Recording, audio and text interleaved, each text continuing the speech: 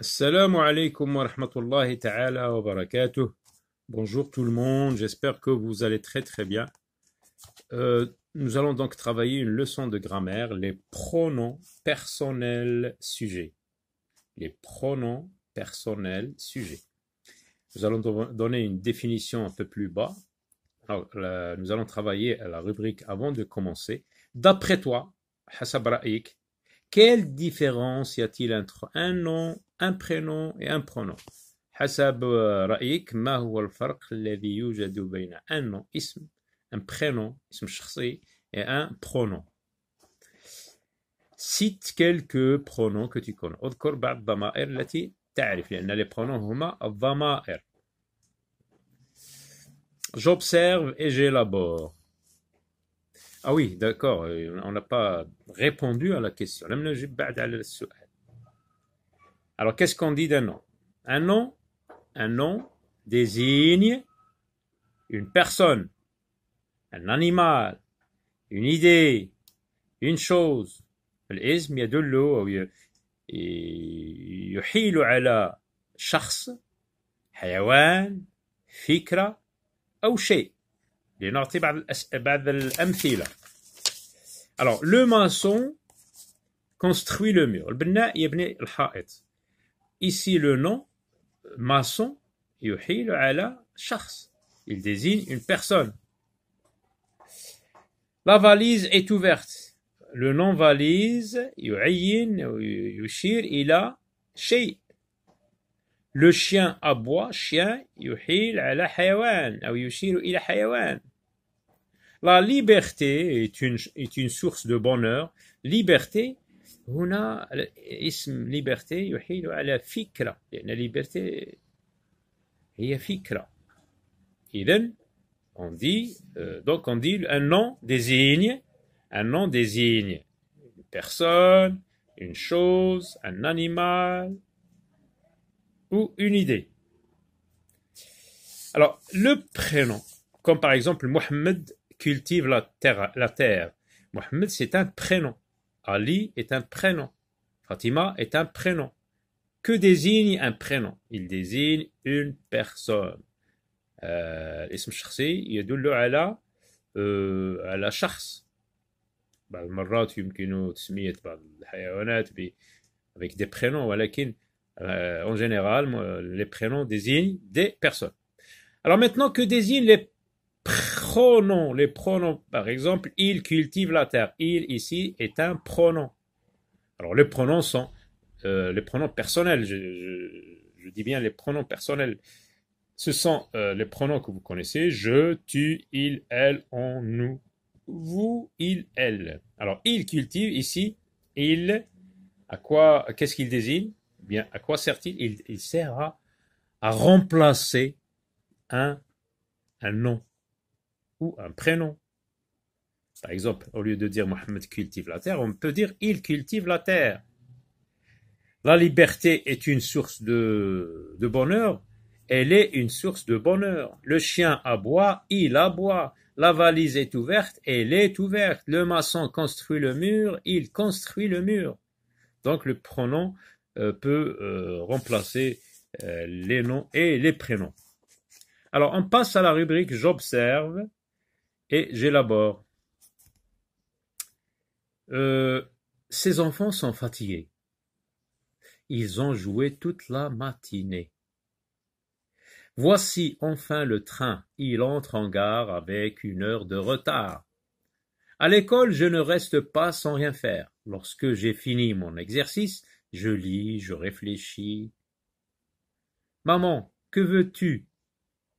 Alors là, on voit des mots qui sont surlignés. Asma, yani Mobraza, Billoun Asfar. Que remplace le mot surligné dans la phrase A? Par exemple, la phrase A, regardez. Que remplace le mot surligné? Il. Qu'est-ce qu'il remplace? Le pronom. Donc c'est un pronom, on va dire c'est un pronom. Parce on vient de le dire, les pronoms sont personnels, hein, je dis bien les pronoms personnels, de conjugaison, ils peuvent être sujets. Qu'est-ce qu'il remplace ici, le mot surligné? Eh bien, il remplace ses enfants.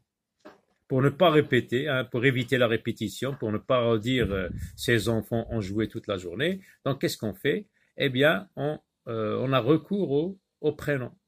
Hein, نحل محل الأسماء ضمائر des pronoms. Alors, il remplace ses enfants. Quels sont son genre et son nombre? Alors, le genre masculin, le nombre pluriel.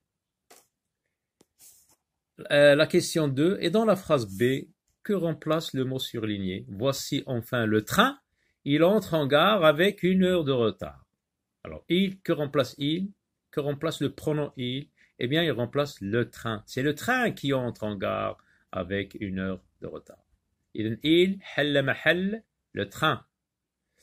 À l'école, je ne reste pas sans rien faire lorsque j'ai fini mon exercice. Je lis, je réfléchis. Là, il n'y a pas de mot surligné. Mais on passe à la question. Dans la phrase C, oui, la phrase C, remplace je par nous, par tu, puis par vous, et refait la phrase à chaque fois. Donc on a besoin de les écrire, on va les écrire. Voici donc la phrase où nous remplaçons le pronom je par nous. Alors, à l'école, nous ne restons pas sans rien faire. Lorsque nous avons fini nos exercices, nous lisons, nous réfléchissons. Là, on remplace je par tu. À l'école, tu ne restes pas sans rien faire. Lorsque tu as fini ton exercice, tu lis, tu réfléchis. Et puis, dans la dernière phrase, on remplace je par vous. À l'école, vous ne restez pas sans rien faire. Lorsque vous avez fini vos exercices, vous lisez, vous réfléchissez. Alors, la question suivante, que désigne je et nous? Je désigne la personne qui parle. Nous désigne les personnes qui parlent. Dans la phrase D, regardez la phrase D, où se trouve le petit mot surligné?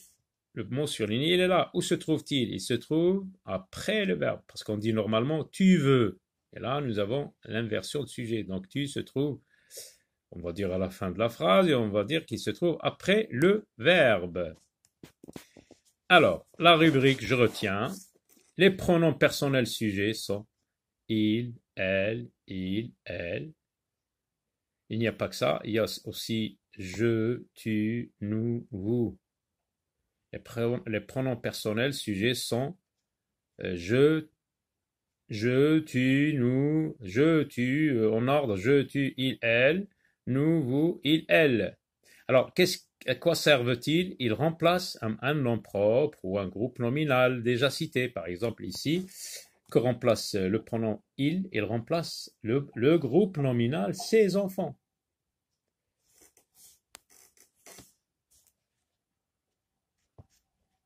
Déjà cité, parce que là, c'est déjà cité. On ne peut pas, dans une histoire, on ne peut pas, par exemple, commencer une phrase par il sans connaître d'abord qui sont ces ils-là. Alors, dans cette phrase, par exemple, il remplace un groupe nominal déjà cité. Par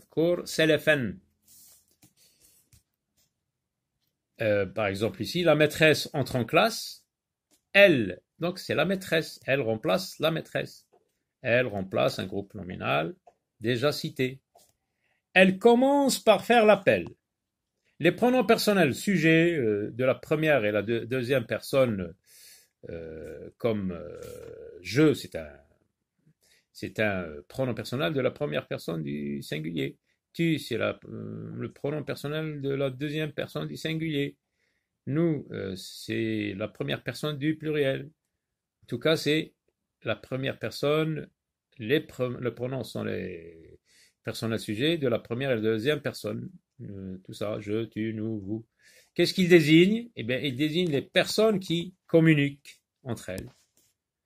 Qu'est-ce que tu cherches, par exemple? Lorsque je m'adresse à une personne, je lui dis qu'est-ce que tu cherches? Il me répond je cherche la fonction du pronom personnel. Alors, je m'entraîne, recopie ces phrases et souligne les pronoms personnels sujets. Alors, Nous réfléchissons avant d'agir.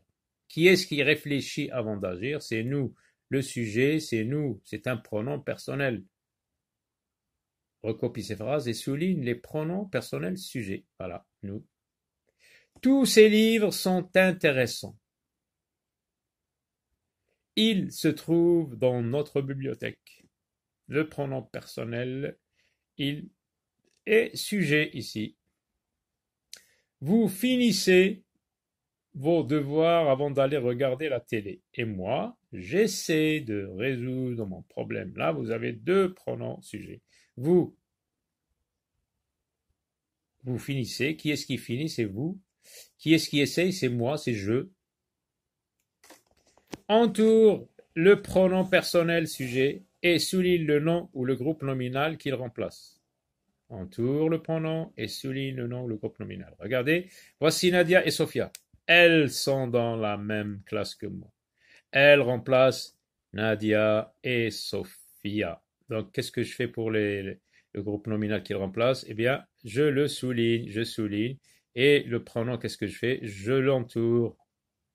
Nos parents rentrent ce soir. Ils ramènent ma grand-mère. Ils ramènent. Qui est-ce qui ramène ma grand-mère? C'est le sujet, c'est il. Mais ça, il remplace quoi? C'est nos parents. Donc je souligne nos parents et j'entoure il, parce qu'on nous demande d'entourer le pronom personnel sujet. L'automobiliste appelle le dépanneur. Il s'impatiente. L'automobiliste appelle le dépanneur. Il s'impatiente. Il remplace quoi? Le dépanneur ou l'automobiliste? Non, il remplace l'automobiliste parce que c'est lui qui s'impatiente. Remplace chaque groupe nominal en gras. Hein, les mots qui sont écrits en gras, c'est tes explications, ces grands travaux, ma série préférée, Saïd, Mounir et Hafiza, les spectatrices. Alors, on va remplacer ces groupes nominaux en gras par un pronom personnel sujet. Ah bah, tes explications ne sont pas claires. Alors, on va remplacer tes explications par un des pronoms que tu connais. Alors, on va faire l'analyse du mot explication. On dit une explication féminin pluriel, donc on va dire elles ne sont pas, regardez le verbe, c'est la forme du verbe être à la troisième personne du pluriel. Elles ne sont pas claires, elles avec S, attention parce que c'est pluriel.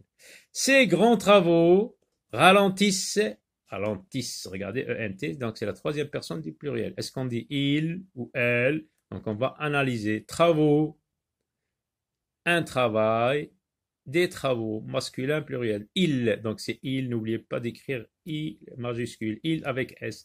Ils ralentissent la circulation.